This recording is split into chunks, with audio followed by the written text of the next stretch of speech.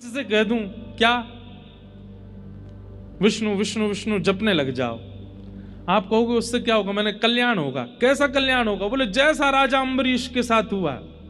आप कहोगे अम्बरीश के साथ कैसा हुआ? बोले जैसा ध्रुव जी के साथ हुआ। आप कहोगे ध्रुव जी के साथ कैसा हुआ? जैसा प्रहलाद जी के साथ हुआ। प्रहलाद जी के साथ कैसा? अब मैं कितना भी बताऊं कि उनके साथ हुआ, उनके साथ हुआ, आपको वो तब तक अनुभव नहीं होगा जब तक आप स्वयं आस्वादन नहीं कर लोगे। और वो आस्वादन कराती है भागवत की कथा। इसलिए यहां सूत जी महाराज उत्तर देते हुए कहते हैं, काल व्याल मुखग्रास त्रास निर्णास हेतवे श्रीमद् भागवतम शास्त्रम कलौ कीरेण भाषितम्।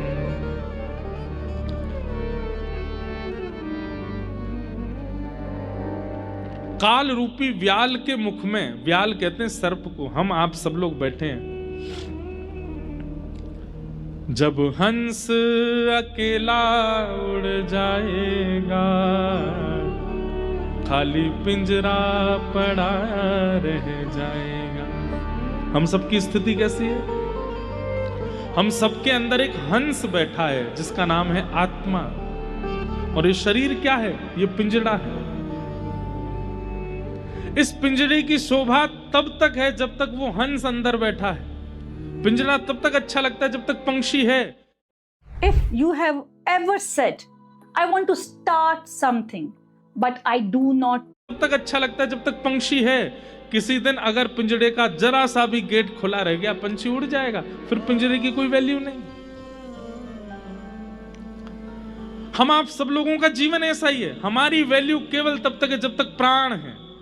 लेकिन ये प्राण कब चले जाएं कुछ नहीं पता। भगवान नहीं करे, हम आज की कथा सुना रहे हैं, पर कल की कथा सुना पाएंगे इसकी कोई हमारे पास में कोई गारंटी नहीं है। आप सुन पाओगे इसकी आपके पास कोई गारंटी नहीं है। प्राण कभी भी जा सकते हैं।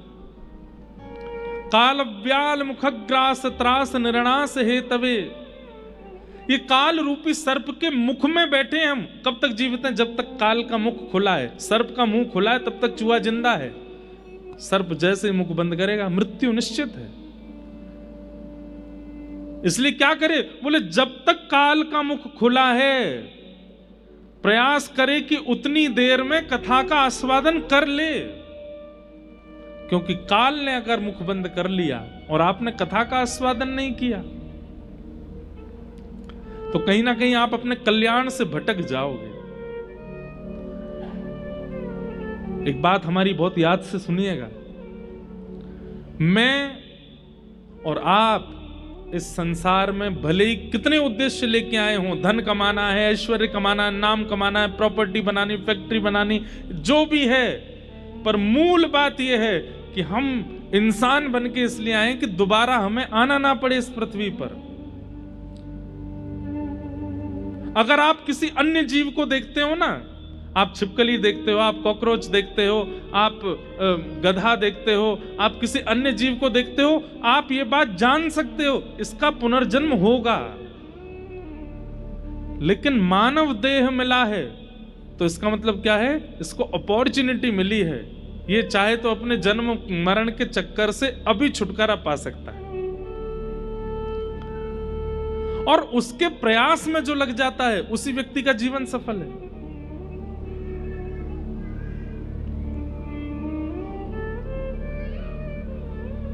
इसलिए भैया भागवत का आश्रय ले लो।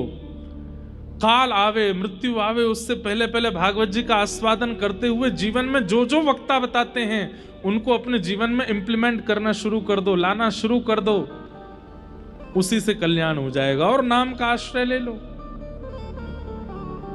श्रीमद् भागवतम शास्त्रम कलौ कीरेण भाषितम। इस कलिकाल में भगवत प्राप्ति का श्रेष्ठ से श्रेष्ठ, पवित्र से पवित्र यदि कोई साधन है तो वो साधन भागवत की कथा है। हम कहां तक कहें, 7 दिन भी बहुत दूर की बात है। 2 घंटे, 1 घंटा, 10 मिनट कथा सुनकर के मैंने देखा है लोगों को परिवर्तित होते हुए। महाव्यसनी अपनी माता जी को छोड़ने आए थे कथा में। माँ ने कह दिया 10 मिनट बैठ के चला जा, कथा तो चल रही है। और 10 मिनट बैठे, 7 दिन की कथा निकल गई, जीवन बदल गया। उर्दुपुंड लगाते हैं, नित्य वृंदावन जाते हैं, हर महीने वृंदावन परिक्रमा करते हैं, ऐसा जीवन। ये बदलने की सामर्थ्य भगवत लीला में है, भागवत की कथा।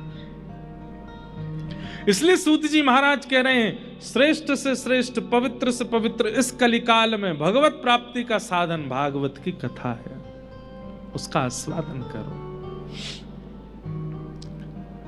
सौनकादि ऋषि कहने लगे, महाराज ये भागवत की कथा सबसे पहले किसने किसको सुनाई, कृपा करके हमें बताओ।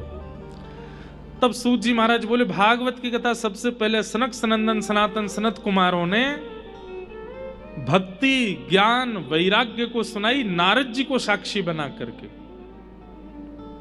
अच्छा, क्यों, ऐसा क्या हुआ था? तब कथा सुनाते हैं कि भक्ति के 2 पुत्र हैं, ज्ञान और वैराग्य। दोनों वृद्ध हो गए थे, जिनकी वृद्धता के कारण भक्ति बहुत परेशान थी। भक्ति महारानी ने नारद जी से प्रार्थना की, हे नारद जी, मेरे 2 पुत्र वृद्ध हो गए हैं, मां युवा है, बालक वृद्ध हो गए हैं। यही भक्ति महारानी कहती हैं कि मेरा जन्म दक्षिण में हुआ। उत्पन्ना द्रविड़ेशाहम वृद्धिम कर्नाटके गताम क्वचित क्वचिन महाराष्ट्रे गुर्जरे जीर्णताम गतः। लेकिन वृंदावन पुनः प्राप्य नवीनेव स्वरूपिणी, पूरे भारत में भ्रमण करते हुए जब मैं वृंदावन आई तो वृंदावन आकर के मैं युवा हो गई। यहां भक्ति नाचती है वृंदावन में, लेकिन मेरे दोनों बालक ज्ञान और वैराग्य ये वृद्ध ही हैं। अगर ये वीडियो आपको 7 सितंबर से 21 सितंबर के बीच दिख रहा है तो ये आपके लिए ही है। आप ज्ञान और वैराग्य ये वृद्ध ही हैं। क्यों? क्योंकि लोगों में भक्ति तो है पर ज्ञान और वैराग्य नहीं है। आपके घर पे हम आते हैं, आप लोग तिलक लगाते हो, अक्षत लगाते हो, कई माताएं आरती करती हैं। उनसे पूछा जाए क्यों कर रहे हैं? स्वागत है महाराज जी, स्वागत नहीं, उसके पीछे कारण है। आप तिलक इसलिए लगाते हैं, नमोस्तुते व्यास विशाल बुद्धे। व्यक्ति श्रेष्ठ जब घर आता है तो उसके सिर पर तिलक इसलिए लगाया जाता है कि उनकी बुद्धि को हम प्रणाम कर रहे हैं, या हम अपना भाव प्रकट कर रहे हैं कि इनकी बुद्धि जो है वो सदमार्गीय रहे, इसलिए हम उसको तिलक लगाते हैं। अक्षत किस लिए लगाते हैं? बोले अक्षत लगाने से आयु बड़ी होती है, आयु लंबी होती है, इसलिए हम अक्षत लगाते हैं। और द्वार पर आया हुआ अतिथि भगवान के समान है, इसलिए उसकी आरती उतारते हैं। लेकिन हम लोग क्या जानते हैं? स्वागत है, ये तो भक्ति तो है, ज्ञान नहीं।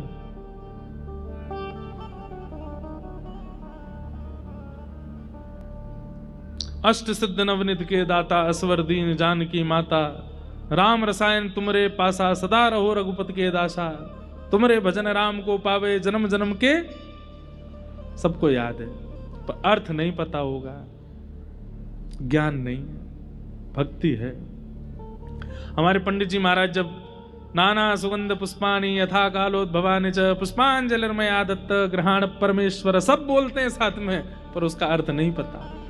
मंदिर जाएंगे, पापो हम पाप कर्मा हम पापात्मा पाप संभव, त्राहि माम पुंडरीकाक्ष सर्व पाप हरो हरि, लेकिन अर्थ नहीं जानते। बच्चों से छोटे छोटे, बुरा नहीं मानना अगर कोई ऐसे बैठे हो तो। हम घर जाते हैं लोगों के यहाँ, अब तो नहीं जाना, अब जाना बंद कर दिया, पहले जाते थे तो छोटे छोटे बच्चे, महाराज जी को गायत्री मंत्र सुनाओ। गायत्री बोलने का, इस प्रकार सुनाने का, बच्चों को रटाने का अधिकार नहीं है। जब तक आपका यज्ञोपवीत संस्कार नहीं हो जाता, जब तक कोई आचार्य चरण आपका यज्ञोपवीत करा करके आपके कान में गायत्री नहीं बोल देंगे, तब तक आप गायत्री का उच्चारण नहीं कर सकते। नहीं तो गायत्री का प्रभाव उल्टा पड़ेगा। नहीं जानते, हम मंच पे माइक पे नहीं बोल सकते। लोग सुबह सुबह योगा करते हैं पार्क में, और उस समय वॉल्यूम तेज करके वो चल रहा होता है, तत्सवितुर्वरेण्यम, उसमें हाँ जोर जोर से हंस रहे हैं, गायत्री चल रही है। ज्ञान नहीं है, हम जानते ही नहीं है शंकर जी पर दूध क्यों चढ़ाया जाता है, पंचामृत क्यों चढ़ाई जाती है, हमें पता नहीं है, बस चढ़ा रहे हैं। उसका तात्पर्य क्या है? और अब एक नई चीज हो गई है, आजकल सोशल मीडिया का जमाना आ गया है, तो इतना ज्ञान दिए जा रहे हैं सब लोग, इतना ज्ञान दिए जा रहे हैं कि महाराज बस पूछो ही मत। जगन्नाथ जी के हृदय में द्वारिकाधीश जी का दिल धड़क रहा है, बहता हुआ आ गया था समुद्र से।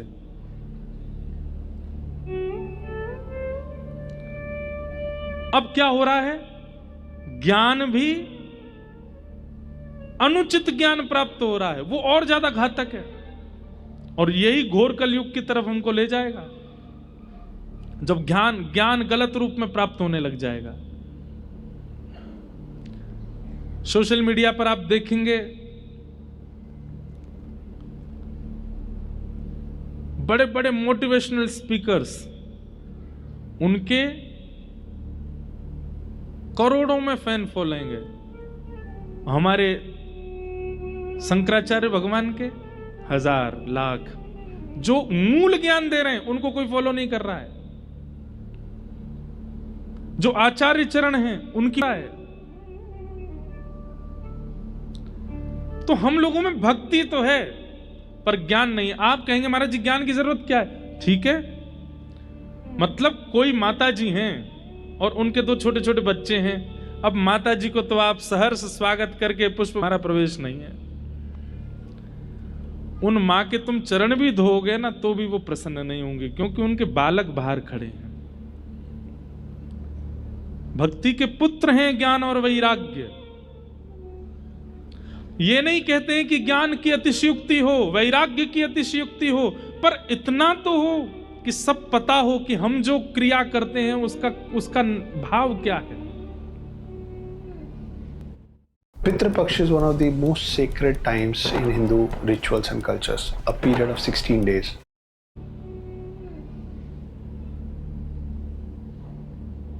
ज्ञान,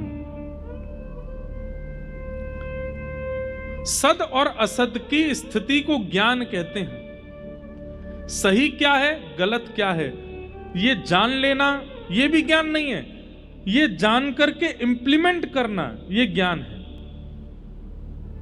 हाथ में मांस लेकर के खाने वाला व्यक्ति वो नहीं जानता कि ये गलत है, उसको पता है, लेकिन वो फिर भी खाता है। हम सब जानते हैं कि क्या गलत है क्या सही है, पर फिर भी हम करते हैं क्योंकि वो इंप्लीमेंट नहीं हो पा रहा। इसीलिए भक्ति हमको लाभ नहीं देती।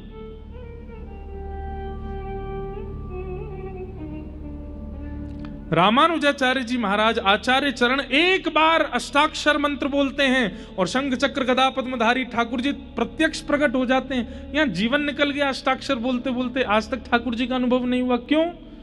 क्योंकि ज्ञान और वैराग्य नहीं है। श्रीमद वल्लभाचार्य जी के पुत्र गोसाई श्री विठलनाथ जी महाराज जैसे श्रीनाथ जी के सन्मुख जाते हैं, श्रीनाथ जी उनकी गोद में बैठ जाते हैं। हम पूरे दिन सेवा करते रहे तो ठाकुर जी ब्लिंक भी नहीं करते कभी। क्यों? ज्ञान और वैराग्य नहीं है, भक्ति तो है। इसलिए हमारी प्रार्थना है भक्ति के साथ उनके पुत्रों को भी जीवन में स्थान प्रदान कीजिए। स्वस्तिक सबको आता है बनाना, लेकिन उसका अर्थ कोई नहीं जानता। स्वस्तिक का कारण क्या है? स्वस्ति यानी कल्याण, क माने करने वाला। उसकी चारों दिशाएं और चारों भाग पर जो उसके स्वरूप बनते हैं, मुख बनते हैं, वो समान होने चाहिए। छोटा बड़ा नहीं बना सकते आप, वो समान हो। और चारों भावों में बिंदी लगा करके उसको बनाते हैं और फिर उनके छोड़ को आदि आदि छोड़ देते हैं।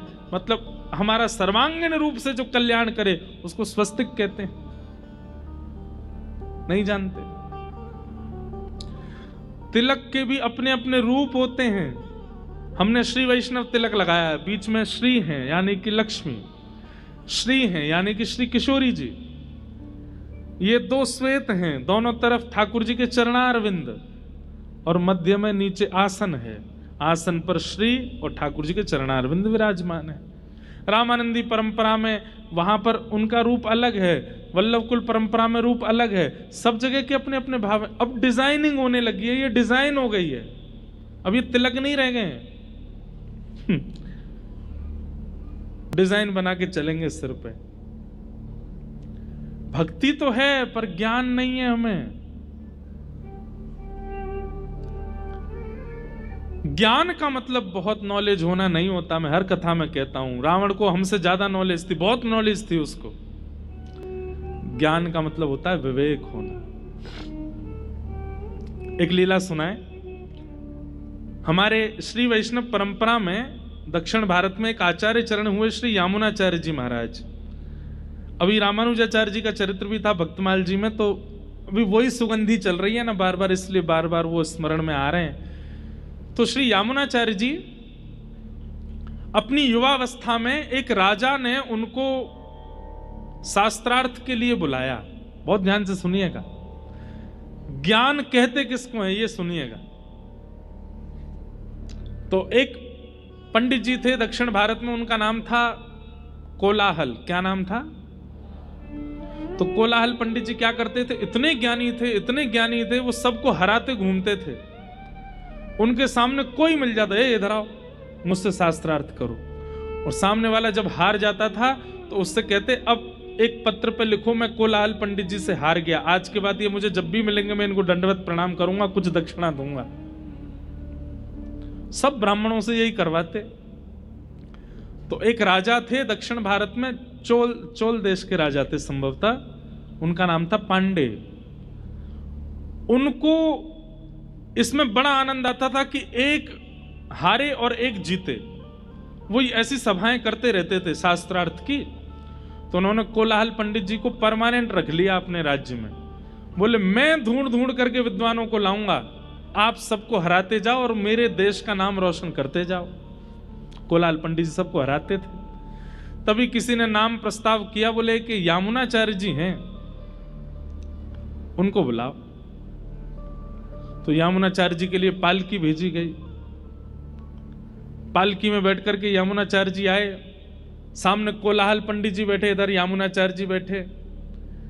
तो अगर आप अपना बिजनेस ग्रो करना चाहते हैं तो बहुत जरूरी है कि आपके बिजनेस के आसपास दो पंडित जी बैठे, इधर यामुनाचार्य जी बैठे। तो बहुत ज्यादा गुण होना भी अच्छा नहीं होता। एक बात हमारी लिख लीजिएगा, कहीं अगर जगह मिले तो आपको लिखने की, थोड़ा सा अपूर्ण रहना चाहिए। बहुत योग्य और बहुत पूर्णता नहीं होनी चाहिए जीवन में। घड़े में थोड़ा पानी कम होगा, बोतल में थोड़ा पानी कम होगा तो खोलने पर छलकेगा नहीं। ऐसे कई लोगों को लगता है कि हम सर्वांगीण रूप से ऑलराउंडर बन जाएं, ये भी कर लें, वो भी कर लें, ये भी आ जाए, वो भी आ जाए, ये भी आ जाए और परिपूर्ण आ जाए।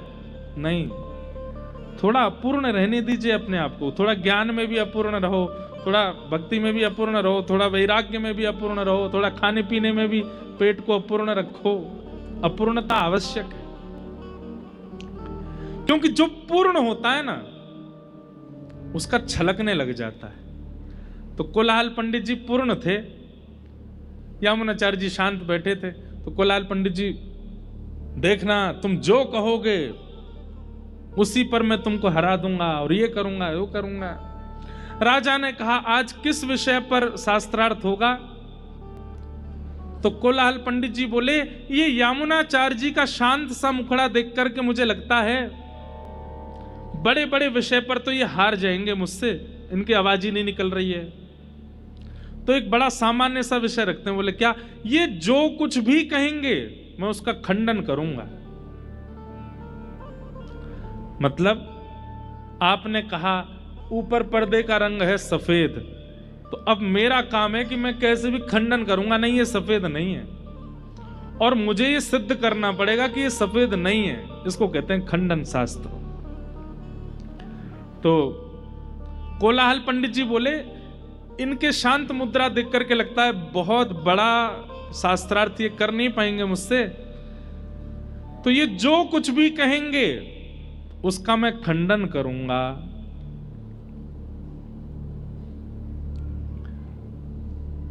राजा ने कहा, कितने वाक्य बोलने की अनुमति है? बोले 3 वाक्य बोलेंगे ये, और मैं तीनों वाक्यों का खंडन करके इनको हराऊंगा। यामुनाचार्य जी शांत बैठ करके सुन रहे थे, मंद मंद मुस्कुरा रहे थे। राजा ने कहा शुरू किया जाए। तो यामुनाचार्य जी सबसे पहला शब्द बोले, एक कोलाहल पंडित जी जो हैं, इनकी माता जी जो हैं वो काकबंध्या हैं। काकबंध्या बोलते हैं जिनके एक ही संतान होती है, जिनके 2 संतान नहीं होती, दूसरी नहीं हुई, तीसरी नहीं हुई, एक ही है, उनको काकबंध्या। और कोलाहल जी अकेले ही थे, ना उनकी कोई बहन थी ना कोई भाई था। यामुनाचार्य जी बोले, इनकी माता जी काकबंध्या हैं, करिए खंडन। अब कोलाहल बोले, इसका खंडन कैसे करूं? मैं अकेला ही हूं, मेरे कोई भाई नहीं, बहन नहीं, खंडन वाला नहीं चलेगा, कोई और बात करते। वो समझ गया कि ये मुझे हरा देंगे अब। तो राजा बोला, नहीं नहीं, अभी 2 वाक्य रह गए हैं, उनमें खंडन भी कर दोगे तो भी आपकी विजय मानी जाएगी। तो सीरीज में 3 मैच यदि हैं तो 1 हार गए तो 2 जीत जाओ तो भी सीरीज होती है ना आपकी। बोले अभी तो 1 ही हारे हो, अभी 2 बातें और बोलेंगे। तो यामुनाचार्य जी दूसरी बात बोलते हैं, चोल देश के राजा पांडे ये बड़े धर्मनिष्ठ राजा हैं, ये बड़ी नीति से चलते हैं, गुरु आज्ञा का पालन करते हैं, करिए इस बात का खंडन। अब वो पांडे राजा देखे, राजा को देखे, राजा तलवार पकड़े, करो खंडन। हाथ जोड़ करके बोला, इस बात का भी कोई खंडन नहीं। बोला अब तीसरी बात सुनो, ये पांडे राजा की जो पत्नी है ना, वो एकनिष्ठ पतिव्रता है, करो खंडन। राजा ने कह दिया तो तू अंतिम बात का भी खंडन करेगा तो भी मैं तुझे समान पुरस्कार दे दूंगा। यामुनाचार्य जी बोले, पांडे राजा की पत्नी जो है वो पतिव्रता नारी है, करो खंडन। पांडे वो कोलाहल पंडित जी चरणों में गिर गए, बोले महाराज आप क्या हैं? तब यामुनाचार्य जी कहते हैं, बहुत पढ़ा लिखा होना ज्ञानी नहीं कहलाता, किस जगह कितना बुद्धि का प्रयोग करना है उसको ज्ञान कहते हैं। और वही ज्ञान भक्ति का बेटा है, भक्ति का पुत्र है। सत्संग क्या सिखाता है? भाई रसोई घर में हल्दी भी रखी है, हींग भी रखी है, नमक भी रखा है। You gave up your career for your marriage and now you have forgotten who you are as a woman. Does this sound like you? रखी है, नमक भी रखा है, अदरक भी रखी है, टमाटर भी रखे हैं, आलू भी रखे हैं। अब आप किसी ऐसे को भेज दो, उसको पता तो है कि ये हल्दी है, ये हींग है, ये नमक है, ये अदरक है, ये आलू है, ये टमाटर है। बोले सब्जी बनाओ। अब उसको ये नहीं पता कि अनुपात कितना डाला जाता है। कहीं से भी टमाटर काटेगा, कहीं से भी अदरक छील देगा, सब कुछ मिला मिलू करके बना के दे देगा। और उसको यही नहीं पता कि नमक कितना डालना है, तो बिगाड़ देगा ना सब्जी को। हम आप सब लोग ऐसे ज्ञानी हैं, हमें पता तो है रामचरितमानस में ये है, श्रीमद् भागवत में ये है, खाटू श्याम जी की महिमा ये है, बद्रीनाथ जी की महिमा ये है, जगन्नाथ जी की महाप्रसाद की महिमा ये है, तिरुपति बालाजी में केशदान की महिमा ये है, ये। पर उसका जो मूल आधार है वो हम नहीं जानते। इसलिए जितनी हल्दी डालनी चाहिए उतना नमक डाल करके हम सब्जी बिगाड़ देते हैं। भाई हल्दी की मात्रा 1 चम्मच डलेगी, नमक की मात्रा तो चुटकी से डलेगी। और ये कौन सिखाता है? ये कथा सिखाती है। ज्ञान तो हो गया, लेकिन उस ज्ञान का प्रयोग कैसा होना चाहिए जीवन में, ये सत्संग सिखाता है। एक प्रकार से कह दें तो सत्संग क्या करता है?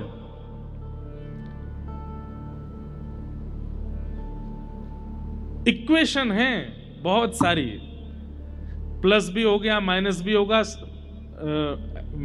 डिवाइडेशन भी हो गया, मल्टीप्लिकेशन भी हो गया।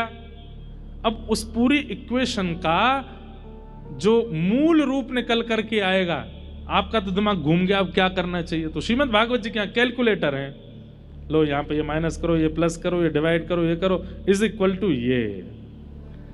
ऐसे ही आपके पास में जितना कुछ भी है उस सबको एक फॉर्म में ला करके व्यवस्थित करना, ये भागवत जी करते हैं। नहीं तो किसी में ज्ञान ज्यादा है, किसी में वैराग्य ज्यादा है, किसी में गुण की अधिकता ज्यादा है, किसी में रूप गर्विष्ठता है, किसी में अभिमान है, लेकिन सबको मिनिमाइज करके बिल्कुल एक सिमेट्री में करने का काम सत्संग करता है। इसलिए सत्संग बहुत आवश्यक है। ज्ञान कितना होना चाहिए? जितना सत्संग में प्राप्त हो, जितना आचार्य चरण बता देते हो उतना ज्ञान लीजिए, जिससे सब व्यवस्थित हो जाए। और वो ज्ञान भी अगर जीवन में नहीं है तो भक्ति होते हुए भी आप प्रसन्न नहीं रह पाओगे। इसलिए भक्ति के प्रथम पुत्र का नाम क्या है? ज्ञान। और ज्ञान किसको कहते हैं? बहुत नॉलेज होना ज्ञान नहीं होता, सही और गलत की पहचान होना यह ज्ञान होता है। वैराग्य, सब कुछ छोड़ देना वैराग्य नहीं होता, सबके बीच में रहते हुए भी अपने मन को मचलने ना देना, इसको वैराग्य कहते हैं। सब कुछ है आपके पास, आपके पास में खाने के लिए बहु व्यंजन है, पहनने के लिए बहुत सामग्री है, भोग भोगने के लिए दुनिया भर की सामग्रियां हैं। आप पे इतना धन है, आप चाहें तो रात का डिनर दुबई करके आओ, सवेरे का ब्रेकफास्ट सिंगापुर में करो, मध्याह्न भोजन स्विट्जरलैंड में जाकर के करो, लेकिन इतनी योग्यताएं मिलने के बाद भी उसका उपभोग ना करके बहुत व्यवस्थित जीवन जीना, ये वैराग्य है। वैराग्य का मतलब सब छोड़ देना नहीं होता, सबके बीच में रहते हुए भी मन को मचलने ना देना, ये वैराग्य है। और ये दोनों ही भक्ति के पुत्र हैं। हमारी बात मान लीजिए, आप जितनी भक्ति करते हैं उतनी भक्ति ही आनंद देने लग जाएगी, अगर सही अनुपात में ज्ञान और वैराग्य आपके जीवन में आ गए तो। अतिशय ज्ञान, अतिशय वैराग्य भी भक्ति को प्रसन्न नहीं करते। बालक मां को ज्यादा प्यारा तो हमेशा ही रहता है, पर अधिक प्यारा तब होता है जब वो मां के अंडर में ही रहे। जैसे कई माताओं की शिकायत, अब तो बेटा तू हमारे हाथ से निकल गया, तब तक ये अच्छा था जब तक हम कपड़े पहनाते थे, हम खिलाते थे, हम ही तैयार करते थे। और बच्चे तभी तक ही अच्छे रहते हैं जब तक वो माँ के अंडर में रहें, माँ ही खिलावे, माँ ही पहनावे, माँ ही सुलावे, माँ ही उठावे, बालक बिगड़ता ही नहीं। जिस दिन बालक अपने शर्ट का बटन खुद लगाने लग जाता है, खुद खाने लग जाता है, अच्छी बात है, वो तो योग्य बन ही जाता है, पर कहीं ना कहीं जब अपने जीवन के निर्णय भी खुद लेने लग जाता है, वहीं से थोड़ा बिगड़ना शुरू हो जाता है। तो ज्ञान और वैराग्य कितने होने चाहिए कि भक्ति के अंडर में ही रहें, भक्ति से अधिक ना हो, पर हो तो हमारे अंदर, हमारे पास तो उतने भी नहीं है। भक्ति प्रसन्न तभी होती है जब ज्ञान वैराग्य हो। नारद जी महाराज से कहा कि महाराज मेरे पुत्रों को युवा कीजिए। Stressed about travel? अगोड़ा के साथ करो ट्रैवल स्ट्रेस फ्री। मुझे बस 1.5 मिनट दीजिए और मैं बताता हूं कि आप अपनी ड्रीम लाइफ को क्यों अचीव नहीं कर पाएंगे। वैराग्य। नारद जी महाराज से कहा कि महाराज मेरे पुत्रों को युवा कीजिए। नारद जी महाराज भ्रमण करते हुए बद्रिकाश्रम गए और बद्रीनाथ में जाकर के सनक सनंदन सनातन सनत कुमारों से कहा कि भक्ति के पुत्र ज्ञान और वैराग्य की योग्यता के लिए कोई साधन बताइए, ये दोनों कैसे प्रबल होंगे। तब आपने 5 प्रकार के यज्ञ बताए और उसमें पंचम यज्ञ क्या बताया? ज्ञान यज्ञ। और ज्ञान यज्ञों में भी सर्वश्रेष्ठ ज्ञान यज्ञ कौन सा है?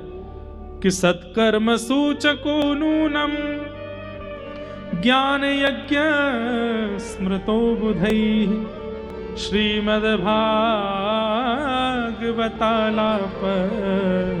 सतु गीत सुखादिभिः।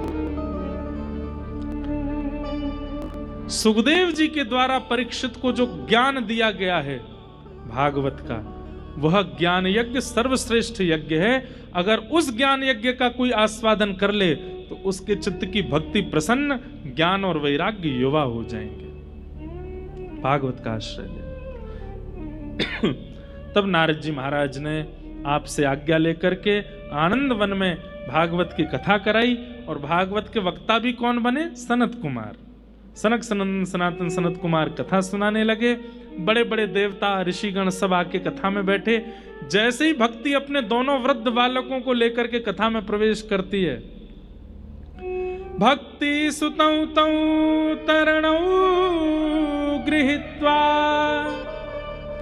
प्रेमैक रूपा सहसा विरासित श्री कृष्ण गोविंद हरे मुरारे नाथेति नामानि मुहुर्वदन्ति। भक्ति महारानी अपने बालकों के साथ जैसे ही प्रवेश करती है, उनके दोनों पुत्र भी युवा होते चले जाते हैं। कथा का ये प्रभाव है। बहुत ध्यान से सुनिएगा। हम कितने बजे आ गए थे कथा में? 5:15, लगभग 5, 5:15।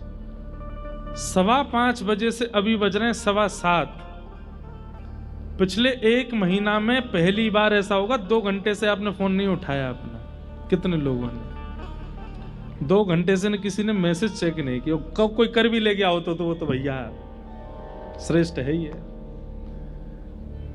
चलो फोन चला भी लिया हो, बीच में थोड़ा देख भी लिया हो, पर पिछले 2 घंटे से उठे भी नहीं आप। अपने पूरे 1 महीने को देखो, रात में सोने के अलावा इतने एकनिष्ठ होकर के आप कब बैठे थे पिछली बार? आपको भी याद नहीं होगा। ये कौन बैठा के रखा है आपको यहां पे? भागवत की कथा। और ये आपकी सामर्थ्य नहीं है कि आप यहां बैठ सको। भाई जब चिकित्सा होती है ना तो पेशेंट हिलता ही नहीं है। उसको डर रहता है कि मैं हिला और सुई गलत जगह लगी तो। आपको नहीं पता है, पर ये चिकित्सा हो रही है। और चिकित्सा किसकी हो रही है? चित्त की हो रही है। इसलिए चित्त एकाग्र तो इंद्रियां एकाग्र अपने आप हो जाती हैं। एक आध बार मन भी किया होगा, अब कोई कीर्तन गाएंगे महाराज जी तो हम उठ के पानी पीने जाएंगे, आ भी जाता है कई लोगों के मन में। लेकिन फिर कोई ऐसी वाणी, ये और सुन जाते हैं, ये और सुन जाते हैं। ये कौन करवा रहा है? ये आपका चित्त ही कह रहा है, भैया तुमने खूब बेंगलोर डुला लिया हमको, खूब चेन्नई ले गए, खूब बंबई ले गए, सब जगह की पिक्चरें दिखा लाए, सब जगह के, लेकिन यहाँ जो मुझे सुख मिल रहा है उसको मुझे होने दो, इससे मेरी चिकित्सा हो रही है, मुझे अच्छा लग रहा है। इसलिए वो चित्त ही बार बार, पैरों में भी दर्द हो रहा है फिर भी बैठा के रखता है आपको, उसकी चिकित्सा चल रही है। यहां पर भक्ति युवा हो रही है, ज्ञान वैराग्य युवा हो रहे हैं चित्त में, इसलिए आप बैठे हो एक आसन पर। भक्ति सुतौ तौ तरणौ गृहीत्वा प्रेमैक रूपा सहसा विरासीत श्री कृष्ण गोविंद हरे मुरारे नाथेति नामानि मुहुर वदन्ति।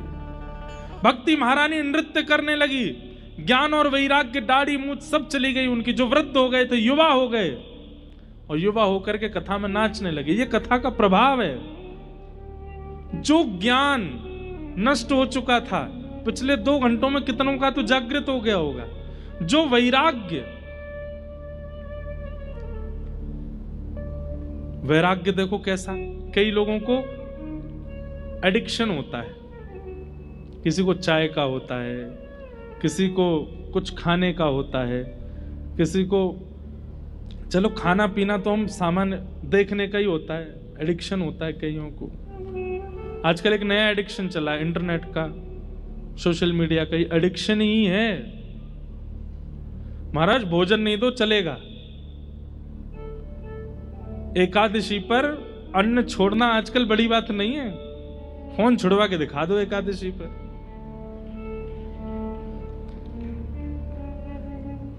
गुरुजी द्वादशी कब लग रही है, जल्दी बताओ, अंगूठों में दर्द हो रहा है, दर्श बिन दूखन लागे नैन, आंखों में दर्द हो रहा है, स्क्रीन नहीं देखी है। फोन कह रहा है कि हैव यू लॉस्ट, तुम्हारी स्क्रीन टाइमिंग आज बिल्कुल नहीं हुई है। कितने आदी हो चुके हैं हम लोग। पर यहां बैठ कर के आप देख रहे हैं, जो आप बाहर होते हैं, जो आप व्यवहार में होते हैं, वैसे आप अभी नहीं हो पिछले 2 घंटे से। ये कथा का प्रभाव है। भगवान अर्जुन गीता में भगवान अर्जुन से कहते हैं, दुनिया में 2 कठिन सबसे काम है। सबसे पहला, बिना किसी की सहायता के स्वाध्याय करना, बिना किसी ट्यूशन के, ट्यूटर के, बहन के, भैया के पढ़ाए बिना खुद ही पढ़ना, खुद ही उसका अवलोकन करना, बहुत कठिन है। और दूसरा, बहुत देर तक शांत रह के किसी और को सुनना। ये 2 सबसे कठिन काम है,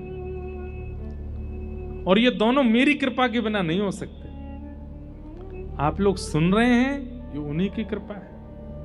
यहां भक्ति ज्ञान वैराग्य की चिकित्सा हो रही है, इसलिए आप सुन रहे हैं, इसलिए आप बैठे हैं। इस प्रकार भक्ति महारानी ज्ञान वैराग्य के साथ आई और युवा होने लगी। मानो भक्ति महारानी कहने लगी हूं, हो व्रज के नंद लाला, राधा जी के सांवरिया, सब दुख दूर हुए जब तेरा नाम लिया। ब्रज के सब लोग गाइए, राधा जी के सांवरिया, सब दुख दूर हुए जब तेरा नाम लिया। ओ ब्रज के नंद लाला, राधा जी के सांवरिया, सब दुख दूर हुए जब तेरा नाम लिया। सब दुख दूर हुए जब तेरा नाम लिया। सब दुख दूर हुए जब तेरा नाम